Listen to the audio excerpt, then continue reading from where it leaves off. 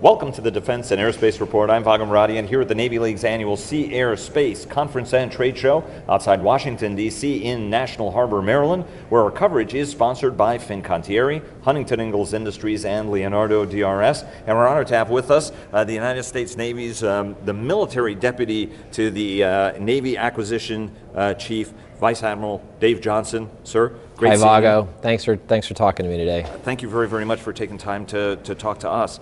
So Hondo Gertz, your boss, the new Assistant Secretary of the Navy for Research, Development, and Acquisition, talks about the 3Ds. You talk about the 4Ds. You were just talking about accelerating acquisition. And I want to, you've spent a career in acquisition, submarine PEO. You've looked and dealt with some of these issues on a deck plate level. Talk to us about what are some of the core principles of accelerating acquisition. Everybody's been talking about it, everybody's been working toward it, but now you've gotten some more authorities and tools.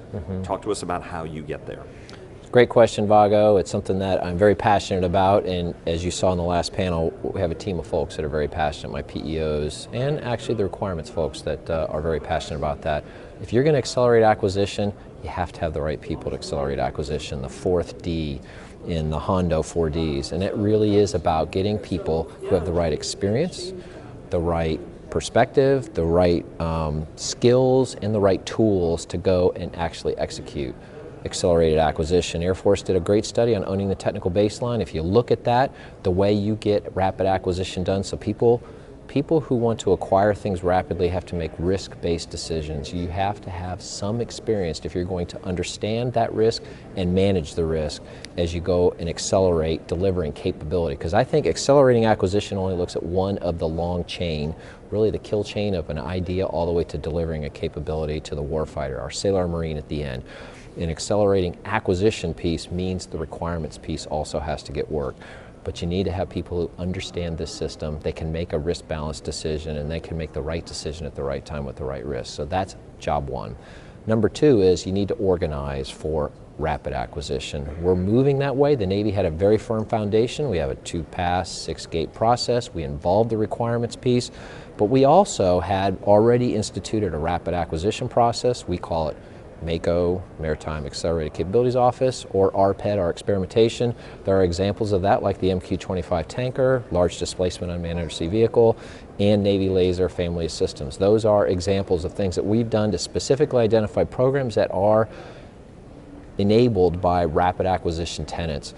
You could even step away with a Model 4 acquisition program right out of the DoD 5000. You can take that, tailor it, and move. We call that long-range anti-ship missile. Fantastic capability, less than 3 years from idea to we're dropping it out of aircraft doing tests, and that capability will EOC this fall.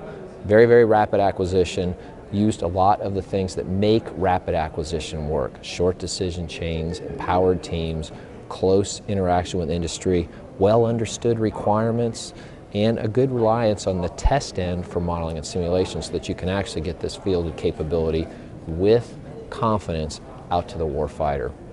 The other part is, besides the people and the organizing, is decentralizing. Secretary Gertz has been very effective at pushing down the responsibility, the accountability, and the authority now down to the PEOs and the program managers so they can make the decisions.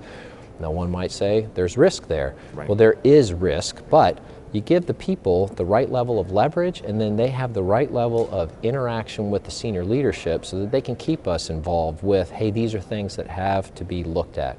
Secretary Gertz called them items of interest. Keep me in the loop. Give me information on things that I can do, and only I, RDA, or me as the PMD, we should only be doing things that only we can do. That's actually a very good perspective. So shortening that delayering, getting stuff out, and managing things at the right level is a way to get at rapid acquisition.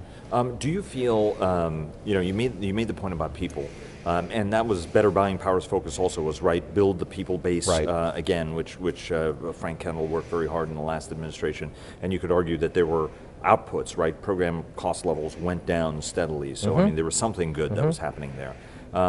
Do you feel that that skill set is rebuilt? Because for the Dave Johnsons and the Hondo Gertzes and the other expert folks who are in the system, there are folks who have a little bit less experience, which is the reason why, in that post-Cold War drawdown, we lost a lot of acquisition talent. We kept cutting it, and then we tried to rebuild it. Do you think that the talent and the skill sets are out there that when you do give folks this authority, you're not a couple of years from now going to be looking at things that are going to go wrong, however well-intentioned? Another good question. We have to make sure that we have the workforce ready to accept this responsibility. We didn't just start this yesterday. In my submarine portfolio, I have a stream of folks that I've mentored all the way since I was a commander to make sure that when I leave, they're ready to step in, but also they're ready to actually to manage at their level the responsibility and authority that's been given to them. Are we where we should be? No. We are rebuilding that workforce. We're growing. The requirement is growing. Our Navy is growing. We need to grow the acquirers with the right skill sets to be able to execute the programs that we're now moving into. So I think that your comment and your observation is accurate. We're not exactly at the right skill level at all levels. Secretary Gertz is a bit frustrated with, hey, how do we train a program manager? How do we get him ready to take on this leadership? How does he have a culture of risk-taking? I'll say the foundational elements are there in our people. They understand. They really are motivated by doing the right thing for the warfighter. We just have to give them ways to go at and let them know that we will have their back as they go and take some risk in managing their programs and taking some risk in moving ahead with some of the technologies that might actually not work out. Not working out is okay, but you should learn when it doesn't work out so that we can recycle and go back, eventually getting to the capability that we are trying to achieve to the warfighter. But one of the reasons we have some of the onerous acquisition regulations that we, it's great. I made this case in a million editorials over the years that, hey, let's make a trust-based system, and for those who violate it should get punished. On the other hand, while everybody is thankful for Senator McCain sort of giving folks extra authorities and devolving authority to the services, at the same time, with all due respect, Senator McCain is the person who everybody's most terrified of going up to the Hill and briefing him when something does go wrong, not for nefarious reasons, often for very, very good reasons, something ends up going off the rails. Is everybody prepared, and are you convinced that your 535 board of directors over there are going to be as understanding for, hey, look, we're trying to do a big thing. We did make some errors. We've learned from it. There will be a little bit of cost, but at the end of the day, we're going to be in a good place. I think the key tenet with our 535 board of directors is communicate. If they understand what we're trying to achieve, they may not agree, but if they understand and we're transparent and we can articulate what the end in mind is, they have confidence that we will responsibly manage the money given to us and that these are the right investments for the risk, they'll usually come along with us. There will be some differences, and that's just the business that we're in because of the different perspectives that folks bring to the table. But I have no problem with holding us accountable, the Navy accountable for responsibly executing the money that they give us. Let me ask you the requirements question. So requirements definition is a very, very big challenge. The longer our systems stay in service, the more folks want to put requirements onto it. This carrier will be in service more than 5 decades. This submarine will be in service more than 30 years. So everybody's trying to get out there and to rethink what the problem is. And oftentimes then it becomes something very difficult to execute. Talk to us about the new structure you have in place in order to when you do, or you're working with Admiral Mers and his folks to sort of define this, as the technologists also get involved in this, this is realistically what's executable on a quick timeline, agilely, and then we can P3I this thing, or we can develop it, not to use spiral, but spiral it over time. So you've essentially answered the question, Vago. But the issue is we are trying to work requirements, innovation, with Admiral Mers and his folks. As part of the service chief authority was to get experience and have a requirements management expertise. Get the folks that do the require setting up on the same level of professionalism as the acquiring folks, and frankly, the financial management folks that do the finances and the budgeting. So what we did for the frigate, which was a very compressed time because you had the drumbeat of the industrial base that you had to keep survive till we get to the point of a frigate. You had the world change, so the requirements change. So how do you match the baud rate and the time constant of an industry base that's continuing to produce littoral combat ships with a frigate need that's driven by world requirements changes? We did a requirements evaluation team, an innovative way to bring in the guys who are going to do the acquiring. The folks who are in the fleet are seeing the threat and the requirement shop who have to kind of lay out, okay, how would we do the budget and the timing for this thing, and what do we have on the shelf from radars, missiles, guns that we can take and port over and use into the frigate. So we had a very lively discussion. We even tiered the requirements under Admiral Boxall in '96, but that allowed us then to go say, okay, look, this is what we think a frigate might need to have. Let's go ask industry. And we used a very carefully scripted request for information. And that request for information allowed us to go out and get from industry the information that only industry could give us about how much does it cost, is it reasonable, how big are these ships, to give us an idea of, okay, this is achievable, and oh, by the way, we want to be on contract by FY20, end of 20. We did that, came back, excellent interaction, and now we're doing the concept design phase. We had a CDD, CNO signed off on it, industry informed requirements. That allowed us to move with confidence into the concept definition phase, which is what we're doing right now. And so Admiral Nagley and his team are interacting on a monthly basis at the senior level, on a weekly basis with each one of the vendors, the competitors, to get the designs done to the right level of granularity, but more important, to understand what is the government really asking for when they put out this spec. Again, a lot of our problems in the past have been because they didn't really understand our requirement, and we didn't really understand the impact of the requirement that we were asking industry to execute. Frigate is a great example. MQ-25, 2 key performance parameters. The requirement system left on its own brought to me about a stack of key performance parameters. Which they're no longer key if there are that many of them. That's exactly right. And so we had the Secretary of Defense initiative, which was you can have only 3 KPPs on a system. We chose MQ-25, so we have 2. And it was really down to, if you're going to have an unmanned tanker, why would you not buy an unmanned tanker? Well, if it doesn't go on off a carrier, it's probably not useful, and if it doesn't give gas the right amount at the right range. So those are the only 2 KPPs.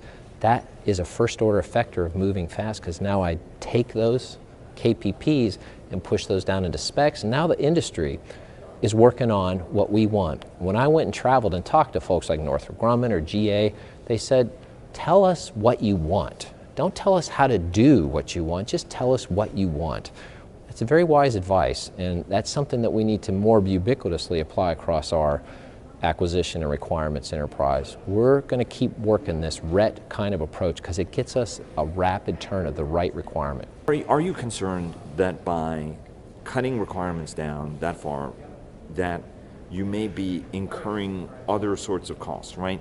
The Navy historically has tried to standardize as much as it can. So if a new ship was coming in, you would tell people, you know, when it was 600-pound steam, it was, I want the M-type boiler, and then it was the D-type boiler, and then it was, we're going to go to LM2500. You know, we have standardized gearboxes, motors, all of that. I remember Secretary Winters, you know, sort of struggling with each one of the contractors being devolved authority to do whatever they want to do. No, it's not something that's ever happened in the submarine community, but you know, the surface force did start going down those paths. Do you think that there's a risk there that if you don't more tightly sort of control what it is you want in some of these details, that you'll have a vendor who's doing things for their own make-buy decisions that may impose, you know, may save him or her money, but will impose cost on you?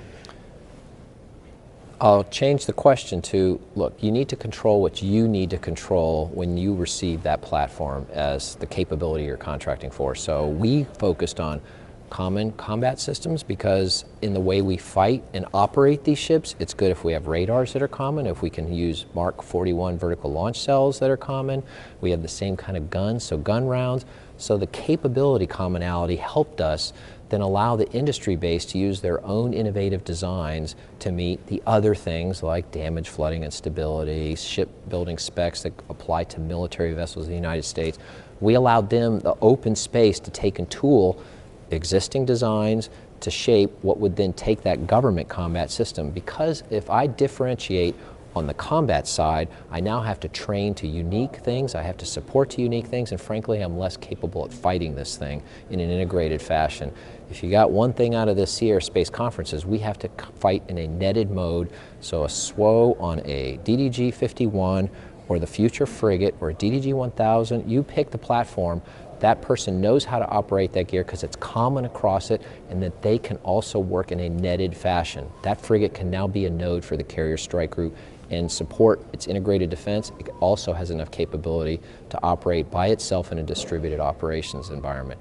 Those type of things are what we really need to focus on. We're common. The next layer down, as you get into the details of the design, what chill water pump, what main propulsion diesel, those are the things where you'll now have the conversation on, I already have these Caterpillar or FM or Fairbanks Morse diesels on other, can we use those? I can tell you when we did the Columbia, we started there for every system on that ship. What's on Ohio, what's on Seawolf, what's on Virginia, can we use that? Because of, you already have logistics chains, you understand the product, is it good enough to do the requirement? Some cases it is, some cases no, you have to go new. So that's really at the steps of going from a top level concept, getting on contract, and then start working the details of what goes in those ships or platforms. That's the way you get at having the right commonality at the operator standpoint, and eventually getting the right commonality on the HM&E systems across the ships. Let me ask you a question on the frigate. Folks look at the competition. From your standpoint, it is accelerated and you're trying to get to a better place. But folks also look at it and say, wow, odd competition, right? You've got two of the ships that sort of were seen as not satisfying the mission that are still playing in that to be expanded and improved to be able to do the primary ASW, anti-submarine warfare job, but also be multi-mission enough to be able to handle other tasks. A little bit like a Perry-class frigate, although I was in terms of, it can do some defensive capability, does have some defensive capability, but its primary mission is convoy escort and fighting submarines.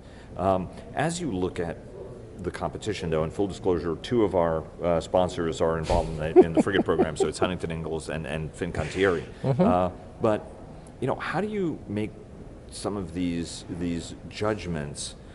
Because, for example, two of the ships, have a little bit of a higher radiated noise than what we normally would have had. The two LCS ships with the supercavitating water jets. I mean, obviously they could rebid those with propeller shaft arrangements and things like that.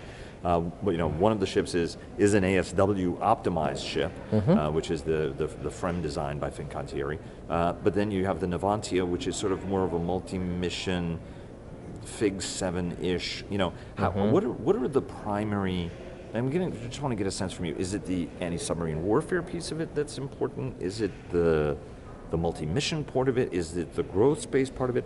What are the things that you think are going to be the most important factors as the Navy goes through its decision? So I would ask this question to Ron Boxall, right, because he's the requirements. Right. But that tiers the requirements. That's why when we went out with the initial proposal for the concept design, says, hey, here's kind of tier one things you really have to have. You have to have an EASR radar because we really need you to operate in that. You really need some vertical launch capability and some capacity. But then there are other lower level things that we said, okay, well maybe what does the absolute range need to be effective to operate with a strike group? What does it need to have for an endurance kind of speed? Is it 14 knots, 16 knots? Those kind of issues are things that you get to what you value in your source selection criteria, and that's really the hard work ahead. As we get through these concept designs and frame the art of the possible, cost, what's the schedule, what's the risk, what's capability, then you get into, okay, now, would you trade range? Would you trade endurance? Would you trade maybe 32 or 16 BLS cells? Those are the conversations then. The thing that's different is we're allowing ourselves to have a informed decision when we do that. We're no longer theorizing, we have industry input, so we know if we go with this, we know what we're getting and what we're not getting and what the cost is. The other piece is in the long run, to be able to support those ships, if you use common and you force some sort of margin, we have a margin for power so we could potentially have directed energy in the future, then you allow the ship to actually have a modernization path on the way ahead, open architected modular, but yet capable for the mission that we are requiring and not so expensive that we can't affordably buy these ships. Is there a magic number out there? Like everybody's going around and saying if you manage to land it between $850 and $999 million, you're increasing your chances of winning it? The objective's 800.